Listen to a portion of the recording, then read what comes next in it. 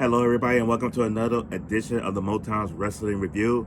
I am the host of the show, as well as the president of Motown's Wrestling Group on Facebook.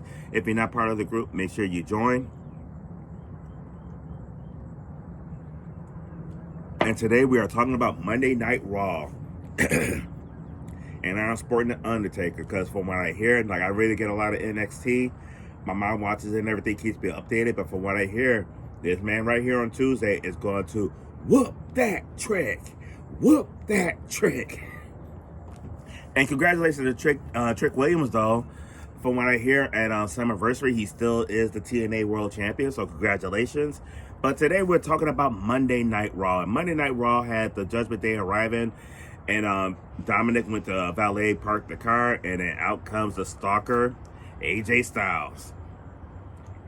Dom's injured, not clear to wrestle. AJ, could you please stop talking to him? I know you are the phenomenal AJ Styles.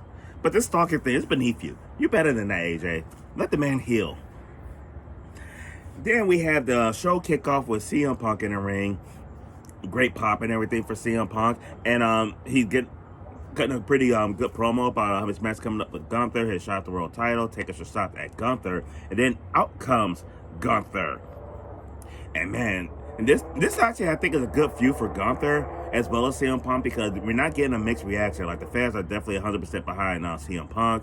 Gunther's getting booed out the building. He getting the you tapped out chants. I mean, it was really good.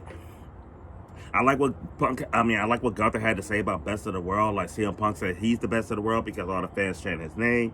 But in reality, though, Gunther is the best of the world because he is the world heavyweight champion. So whoever holds the world heavyweight champion is the best in the world. Gunther did really good holding his own with Punk on the mic. I will say Gunther's promo skills have really improved over the years and everything. Like, before, he was just like that ring general. Didn't cut the greatest promos in the world, though, but his promo skills have really improved and everything. And on top of the fact that, like, I mean, he may not be the best wrestler in the world, but he's definitely top 3 for current active wrestlers. I mean, the lowest you can have him is top 5. Like, he is one of the top wrestlers in the world today, though, between all companies. I'm not just talking about WWE. I'm talking about all companies. So, good promo. Good. I mean, honestly, got me a little bit more excited about the match and everything. I just don't see CM Punk losing. I mean, I'm winning the title at all. I don't see Gunther losing in a SummerSlam, though. But no, it does have me looking forward to it a little bit more. And then after that, backstage, they had a segment with Naomi and Stephanie McCure. Talking about when Naomi's doing a really good job as a fucking heel, to be honest with you, because she's talking about her match coming up against Stephanie McCure. If she wins at SummerSlam, like she said she is going to win, she got some good shots in on Stephanie McCure. Even talking about like how Io Sky got over on Stephanie McCure. Was it last week before? When was the last time they fought? I love what Naomi's doing as a heel and everything. And especially at a time where, like, she's doing heel shit and the fans are so happy and appreciative that she won the title, it'd be so easy for her to, like, flip babyface. But she is keep doing heel shit. She's keeping heel heat on herself. And I think that's really good and everything. Especially, I said it before and I said it again, I didn't think she would make a good heel. And she was like, Tony Motown Allen, hold my beer. Next up, we have Sheamus versus Rusev. And Sheamus have never beaten Rusev in a one-on-one action. It was definitely a physical battle. And Sheamus ended up getting a win over Rusev with the bro kick. My grade might be a little low for this. I gave it a C. The match itself might have deserved a higher than a C rating. It just, I'm kind of over them. Like, I'm just over them. So I wasn't really emotionally invested into this match. It was decent, but I was just like, end it. Like, let's just move on from this shit. So because of the interest I had in it, I gave it a C. Then we had a New Day taking on the LWO, taking on the Creed Brothers, and determine the number 1 contender for the tag team titles and see who's going to get a shot at the tag team titles in the near future. I mean, we got SummerSlam coming up in a couple weeks, but They said in the near future. They didn't say this team was going to get a shot at SummerSlam. I thought that was kind of odd that the match was going to be at SummerSlam. They just said at some point. But then the LWO won. Like, okay. No wonder they didn't say it was going to be at SummerSlam. Match itself, I gave a C-, and this was one of those matches I really didn't give many fucks about, to be honest with you. But I did give it a C-. And then we go backstage, and Dominic's getting stalked again, this time by the janitor, AJ Styles. Then the New Day came out, and then Grayson Waller came out. Like, they had a lot going on in this segment, though, but then Grayson Waller announced how, like, there was no more A-Town Down Under. And I hope this doesn't mean that Austin Theory is no longer not going to be on TV or anything like that, even though we haven't seen Austin Theory in a minute. We've been seeing a lot of Grayson Waller, but not Austin Theory, which I don't understand, though. Between the two, I would much rather have Austin Theory out there than Grayson Waller. Now, a lot of people shit on Vince McMahon's head about how he ran the company, and a lot of people praise Triple H for doing so much better of a job and everything. What's your beef with Austin Theory? Like, the kid was your up and coming star. Like, he was like, your kid was Braun Breaker before Braun Breaker, and I mean, he was not. I mean, definitely a different style and everything, though. But he was the one we thought was going to be rocket ship to the top and everything, and he was on his way with Vince McMahon. And then Triple H take over, and like the kid's getting wasted now. Like, I don't get it. Like, are you mad at Austin Theory because Vince picked him? Like, this was a Vince guy. That's why you don't want to take advantage and make a lot of money with this kid. I don't get it, though. I just don't get how, like, Vince McMahon did a better job with Austin Theory than Triple H. But anyway, our next matchup is the Ladies of Judgment Day. Tiny Tits herself, Raquel Rodriguez, and that little sexy, fine-ass Roxanne Perez, Dominic's new boo, or future boo, taking on Laura Valkyria and Bayley. And Bayley basically set this match up. Laura's not too happy about it, though, but Bayley was like, hey, this is the match we didn't get at WrestleMania. We got shot at gold and everything. Like, she's like, what are you trying to do here? I'm like, trying to win. But she also trying to set up Laura Valkyria, though, because Laura Valkyria is defending her title against Becky Lynch. And if they win the tag team titles, they'll have to defend the titles against Charlotte and Alexa Bliss. Which kind of had me intrigued, because I firmly don't believe that Tiny Tits and Raquel and Roxanne Perez are going to lose the titles before Liv Morgan returns. I think those titles are going to be smack dab in the middle of return. I think the tag titles are also going to stir up even more heat than we already have with them.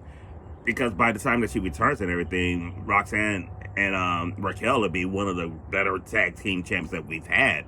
I mean, they're defending the titles and everything. They're putting on good matches and everything. So this team can actually, like, Raquel might have to have a choice. And she might be looking at Roxanne Perez. If they keep these titles for several months and keep successfully defending the titles, she might be looking at Roxanne Perez as a better partner than Liv.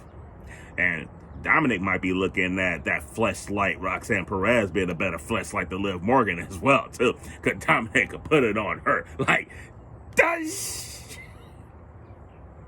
but this match was really good, though. I really did enjoy it. It was a good finish. They had a good combination segment at the end that led to Tiny Tits pinning that trifling bitch Becky Bayley. But during the match, poor Dom, I mean, he's got to be examined. They're trying to say that he's medically clear to wrestle when he's not. And then Dominic was out there showing his support and accidentally takes a shot from Raquel Rodriguez. He could be hurt even worse than he already is. AJ, you need to stop stalking him. Let the man recover. He's catching hell. Poor dirty Dom. Poor dirty Dom. Poor dirty Dom. The ladies match itself, I gave it a B. I thought it was really good. It was definitely really entertaining. I enjoyed it. Next up, we had Killian Cross taking on Sami Zayn. And this one, the fans were split on this. You had Let's Go Sammy, Let's Go Cross chants. And it's kind of funny, too, because the Sami Zayn's Let's Go Sammy chants were pretty high pitch. And Let's Go Cross was pretty deep voice, if you know what I mean, though. But I kind of like the fans getting behind Killian Cross because, I mean, he's another one that they've really been dropping the ball with. And hopefully the WWE and Triple H listen to the fans. We want more out of Killian Cross, so. The match itself was really good. I thought Killing Cross, both of them performed good. I mean, Sammy always performed really good. Killing Cross performed well as well. I gave this match a B minus, and Killing Cross did end up beating Sami Zayn, which I was pretty happy about. Next up, we have Io Sky taking on Stephanie Vaquer. You better be careful, Tiffany. Stephanie's coming for that #1 spot. And it was a really, I mean, these two, I mean, honestly, Io Sky don't have a bad match. Like, it's been a long time since anybody can say that this woman has a bad match no matter who she wrestles and everything. She put on the match of the year against Rhea Ripley just this past week and everything. And this match itself was outstanding. Like, from beginning to end, they had really good chemistry and everything. The things they were doing with each other in the ring, they brought up this is awesome chance for this match, and rightfully so, because this shit was awesome. Then Stephanie Vaquer had Io Sky on an apron and locked on the Devil's Kiss, and we had a with the entire crowd pulling their Booker T. Then she rolls her into the ring, rolls her to the middle of the ring, and keeps it going. Oh yeah. But when they rolled to the middle of the ring, I was a little disappointed with the cameraman. You dropped the ball. There was a much better angle of the Devil's Kiss that you missed. So, cameraman, you just made the list. But anyway, this match itself was phenomenal from beginning to end. I don't like BS endings to good matches, but Chelsea Green did come out and caused a disqualification, which also led to Naomi coming out, which led to Rhea Ripley coming out. I hate when they do the BS endings to a really good match, but the match was so good, I still give it an A- though, even with the bullshit in it. It would have been a higher grade if it wasn't for the bullshit ending. But that's just how good this match was, though. So I thoroughly enjoyed it. Next up, Paul Heyman and the Dangerous Alliance. Braun Breaker and Bronson Reed are in the ring. And then the music starts. Acknowledge him. Roman Reigns makes his return. And man, people talk about his schedule and everything, but one thing you cannot take away from this man is the fact that he is a fucking star. There are levels to this. When Roman come out there, it's a hell of a lot different than anybody else come out there. And I just keep it in 100. Like, whether you like Roman or you don't like him, he's the fucking man. He's the Nina mover. He is our tribal chief.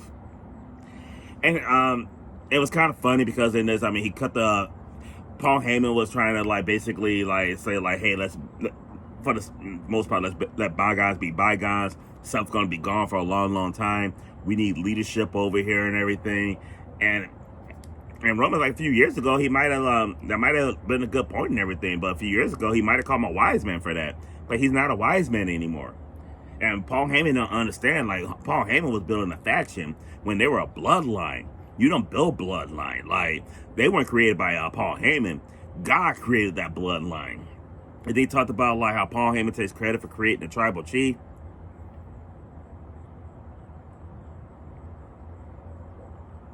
And he talked about, no, you didn't make the tribal chief. They still acknowledge the tribal chief.